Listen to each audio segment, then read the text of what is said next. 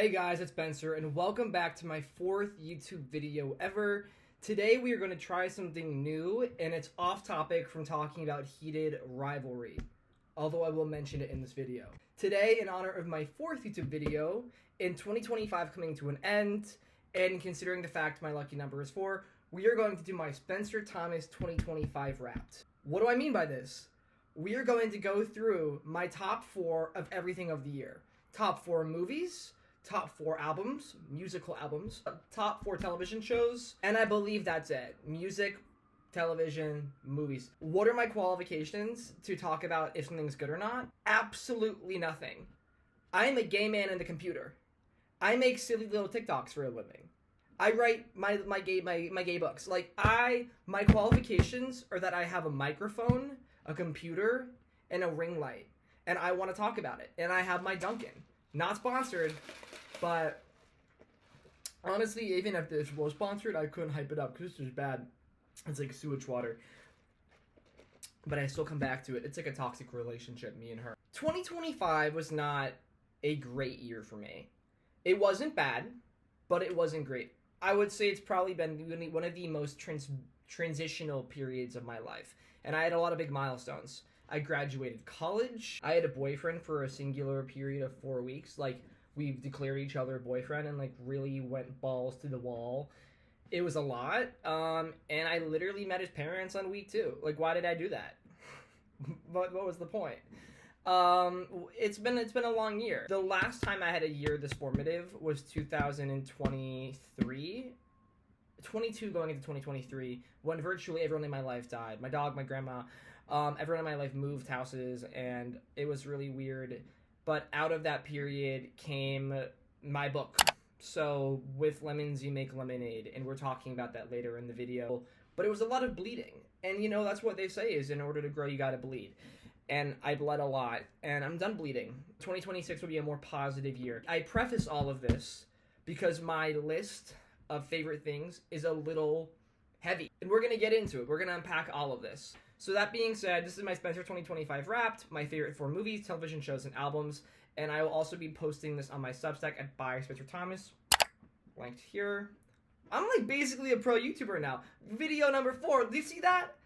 The little click. I want to begin with my top albums of 2025, musical albums, and when I go through the order of these albums, I'm not doing it by quality of which is best to worst of the 4, or which one I like the most, because I genuinely love all 4 of these albums so much. I'm not going to be pretentious and call them records. I know a few kids I went to NYU with that were like, this record. Girl, just call it an album. I'm joking, because I don't want to press anyone in the comments, but I'm not... Ugh. Albums. We're listening to these albums. We're talking about these albums, okay? My top album of the year, these are all my top, but the one I'm going to start with is Ethel Cain's Willoughby Tucker, I Will Always Love You. And to anyone who does not know the lore, Ethel Cain is a fictional character created by Hayden Anadonia, who is a singer. She grew up in Perry, Florida in the South. I'm a fan. I'm a stan of Ethel Cain down. And Ethel Cain crafted this debut album a few years ago called Preacher's Daughter, which really put her on the map. I mean, she has some really great EPs. Her EP Inbred is amazing. But with Ethel Cain in particular, she crafted this album called Preacher's Daughter, and the lore of it, to anyone who does not know, and it matters for the context of me talking about this new album of hers, is she crafted this character of Ethel Cain, who was the daughter of a preacher, grew up in a small religious Bible Belt town, very Trumper-thumper, very traumatic, and she went out west and kind of grew up and was rebellious and kind of went through all these dark things and eventually was kind of murdered and cannibalized, and it ends with her looking back at her life from above. And there's this beautiful interlude called Televangelism that kind of segues from the life she lived versus the afterlife that she's entering into, and the song Some Bleached Flies and Strangers ends the album. And it's phenomenal. Preacher's Daughter is a mix of gothic, western, a little metal. There's a pop song in there, a synth 80s pop song that is... I know a couple of you will get mad at me if I say it. Is kind of giving 1989. It's great. Preacher's Daughter is great. With this second project, which came out this past year, Ethel Cain did her big one. She did her big one. So much so, my top song of 2025, according to Spotify, is Nettles. Nettles is the lead single on this album, and it's so good. It's so good. I'm gonna literally start blushing if I can hype this album up for hours. It's 10 tracks. It's a little shorter than Preacher's Daughter. I would also say it's more palatable and a little more commercially friendly than Preacher's Daughter. But it's still really strong.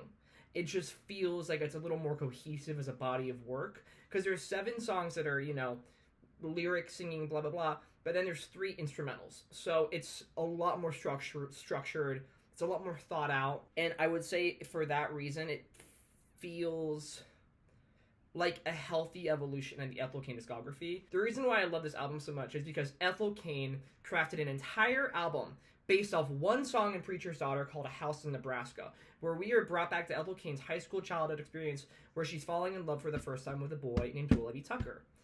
And the thing that I really love about it is that she creates this character who's based off herself. It's kind of auto-fictional, that really understands and has the foresight to know when something's ending as it begins. And the song Nettles really encapsulates that, where it's about this romance that's going to end, and it's about all these visions of what she wants versus what reality actually is. And I really deeply relate to that because I was such an imaginative kid. Like, I didn't have friends growing up. I have friends now. And so growing up, I really relied heavily on my imagination, on reading, on writing, on movies and TV.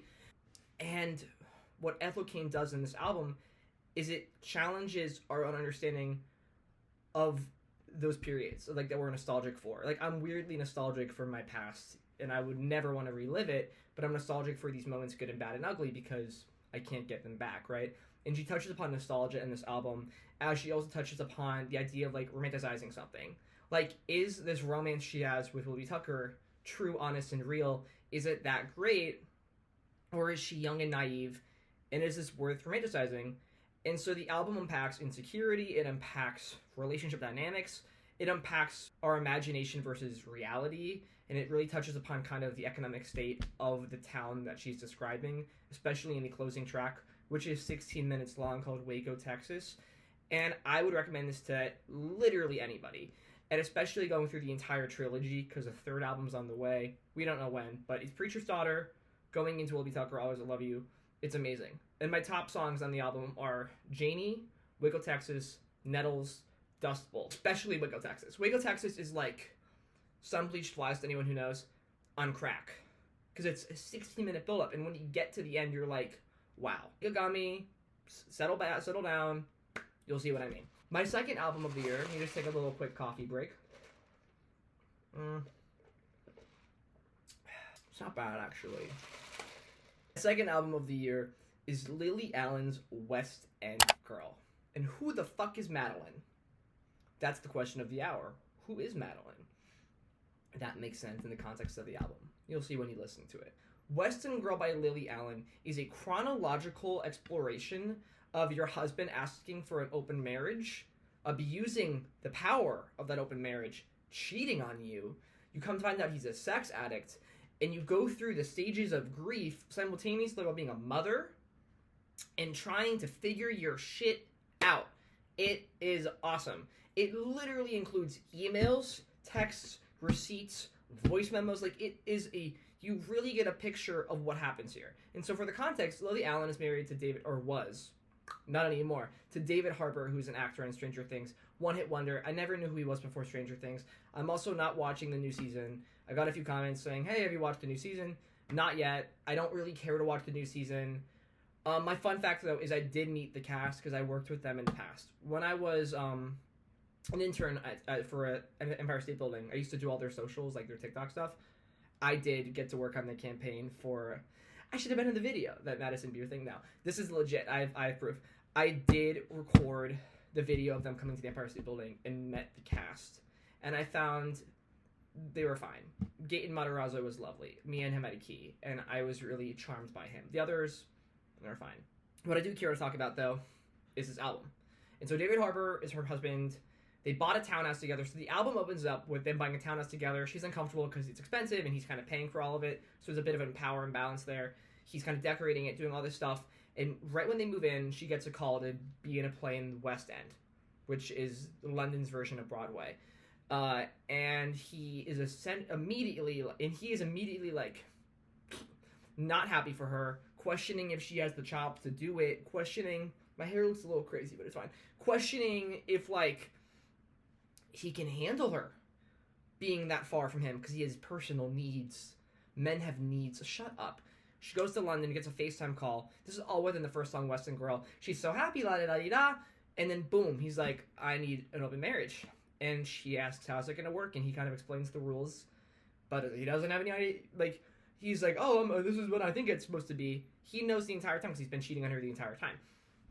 So she's forced into an open marriage that she doesn't want. Goes through all these songs about how she can please him and be a better wife and take care of him. And then she finds out that he's abusing the system with a girl named Madeline. And so she includes the actual, like, play-by-play emails and, like, receipts and timeline of that. And it starts in a song, Tennis, and the immediate song after, where she mentions Madeline, is a song called Madeline, where she's like, you're sleeping with my man. We're not friends. I don't want to be your friend. Even if your emails are saying that, I don't want to be your friend. She goes, love and light, Madeline. And Lily Allen's like, go screw yourself. And essentially you're walked through the challenges of aging and marriage and divorce, which I can't relate to any of that. But what I relate to is her anger. She took her pain, her sadness, all the things that have hurt her, and she made a great body of art. And this came out in fall, and I needed to hear this album when it came out. Also, if you hear that steaming thing, that's my radiator pre-war apartment. I needed this album when it came out because I was angry as shit. After my depressive summer of 3 months of being manic and depressed and, like, woe is me, I graduated college, like, what am I, like, who am I, like, what am I gonna be? I got angry at myself for being so pouty, and it was that anger, especially the anger and the rawness of West End Girl, that got me through my own challenges and my own sense of, you know, what was me. And I put on my boots, dusted them off, and made lemonade from my own lemons and started writing again, working harder, taking care of myself, and treating my mind better. And West End Girl got me through a really hard stage of my life. But it's really not just a journey about anger. It's a journey about eventual forgiveness, not for, you know, David Harbour, her husband who cheated on her, but for herself, for being so hard on herself, for talking down to herself, for staying as long as she did, finding forgiveness in your own mistakes and your own misgivings of how you handle a situation. And you have to listen to this album in order. I implore you to listen to this album in order. That being said, also, I'm on a fucking roll. Maybe I should do more music critic stuff. I don't know. I feel really, like, honed in here. The third album on my favorite list of the year is Addison Rae's Addison, her debut project. And listen, I love Taylor Swift, I love Evermore, I love Folklore. It is insane that in the year 2025, Addison Rae, former TikTok star, made an album better than Taylor Swift. Because The Life of a Showgirl is not on this list. It's not. Father Figure is a great song, though. I enjoy Fate of Ophelia. Addison, to me, feels like a breath of fresh air. Unlike majority of the albums on this list, these 12 songs are primarily feel-good anthems. It opens with a track called New York, which kind of encapsulates the feeling of being in New York. It's this really, like, na na na na na na. It's like really, it's like a heartbeat. And to me, what really is the center focus of Addison's debut album is shifting the focus away from men and love interest and places of other things that bring you happy and focusing on how you yourself are the subject at center. Like, you should feel sensual and self-indulgent, and it's meant to make you, the listener, feel good. And it's about how the external world, strip that all away, we carry everything we already need within ourselves. And I would say my favorite songs in the album, I like all of them, genuinely. New York, Headphones On, Money Is Everything, Fame Is a Gun, Pop Song of the Year, should have been a smash hit. I'm mad it didn't go to number one. I was campaigning for that shit to go number one on Billboard. I love Fame Is a Gun. I'm not kidding you. Addison Rae made a great album. Listen to it. Okay, my fourth favorite album of the year is Who's the Clown by Audrey Hobart, who's relatively a newcomer in the music scene. She's been writing a lot of music for Gracie Abrams. But this album's really good. I think what I love about her music is her confidence and sense of self. This music is for people that are tryhards. It's for people that are the mirrorball character, you know, who try and try and try and they're still on that tightrope, they're still on that trapeze, trying to do everything to get you looking at them. But the one constant is that she knows she works hard, and she knows that she has the ambition and the drive to be anywhere she wants in the world. And there's no song that better encapsulates this. I keep saying encapsulates, but that's, I guess, my word of the week. There's no song that better explores this than the song Phoebe. I relate to that because I always felt like my one constant growing up was the fact that I worked hard, that I was hungry, that I was a tryhard, and I was proud of the fact that I was a tryhard, and I didn't want to feel embarrassed about that. That was the one thing keeping me going, and I think she really nails that in this album. Honorable mentions of music, and then we're moving on. Eternal Sunshine Deluxe, Ariana Grande, Twilight Zone, best song of all time. And then Hayley Williams, Eagle Death at a Bachelorette Party. Now we're moving on to movies. Drink break. A top movie of 2025, and this actually is my number one. Not like it's in different, not in order sequentially. This is my number movie of the year. Is Twinless, which was written and directed by James Sweeney. You might have seen some of the clips on TikTok circulating of Dylan O'Brien in the movie being sexy and stupid, but he's amazing. He genuinely deserves Oscar buzz for this film. It's that good. I'm also a twin. I don't know if any of you know that. I have a twin sister, so I am biased. But I do love this movie. The plot is pretty nuts, and I don't want to give it away because I went into it completely blind. No trailers, nothing. So I want you to go see this and then come back to me and tell me your thoughts. It's out now on digital, and if you want, I can talk more about my experience as a twin because it's been pretty crazy. I love my twin sister down. It was a really weird childhood. Like, it was just weird. Because you're growing up with someone who's been given everything you've been given. You have the exact same life in front of you, but it was so dramatically different for both of us.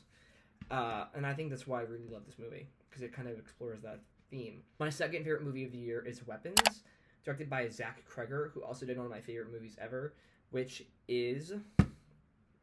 Why am I blanking? Barbarian. Duh. Barbarian's great too. Watch Barbarian. That came out a few years ago.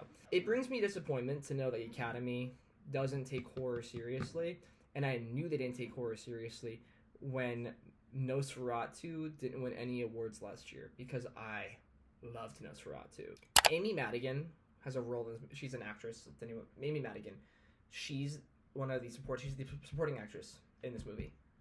Deserves an Oscar. Like, her performance as Aunt Gladys is everything. There's a reason it became like a bit of a cultural zeitgeist. It's because it's so fierce. You also have to kind of go into it blind. The one thing I will say about it is, because it's kind of known, is that it's a Rashomon effect style movie, and so it's about the exact same event where all the kids go missing from multiple POVs, all tied together to form one collective narrative. And it's semi-unreliable narrators, semi-reliable, but it's really funny in the characterization of each of these different people, from the father who lost his kids to the police officer, all of them together. So good. It's so well done. I love this movie. Third movie of the year, Zootopia 2. Dead serious. Zootopia 2 is phenomenal, and I liked Zootopia 1. Zootopia 1's fine. Oh, it's also directed by Jared Bush and Byron Howard, and to be honest, I'm not really sure how you direct an animated movie. I might have to do some research on this, because I'm just genuinely curious how that goes down. But it was really well organized. It was so funny. And what I loved about Zootopia 2, and listen, I liked the first one, this one's better though, is the fact that instead of focusing on the conflict of the mystery and the thriller, the crux of this movie is the relationship between Judy Hopps the bunny and Nick Wilde the fox. Like, it's the way they mesh together is really interesting, and it's so... The tension between them is so palpable, like Bunny and Fox. The expanded world of Zootopia is really phenomenal. Like, they take you into every different market and area of Zootopia. This place called Marsh Market, it's my particular favorite. It's where all the aquatic animals live. Like, it's so interesting.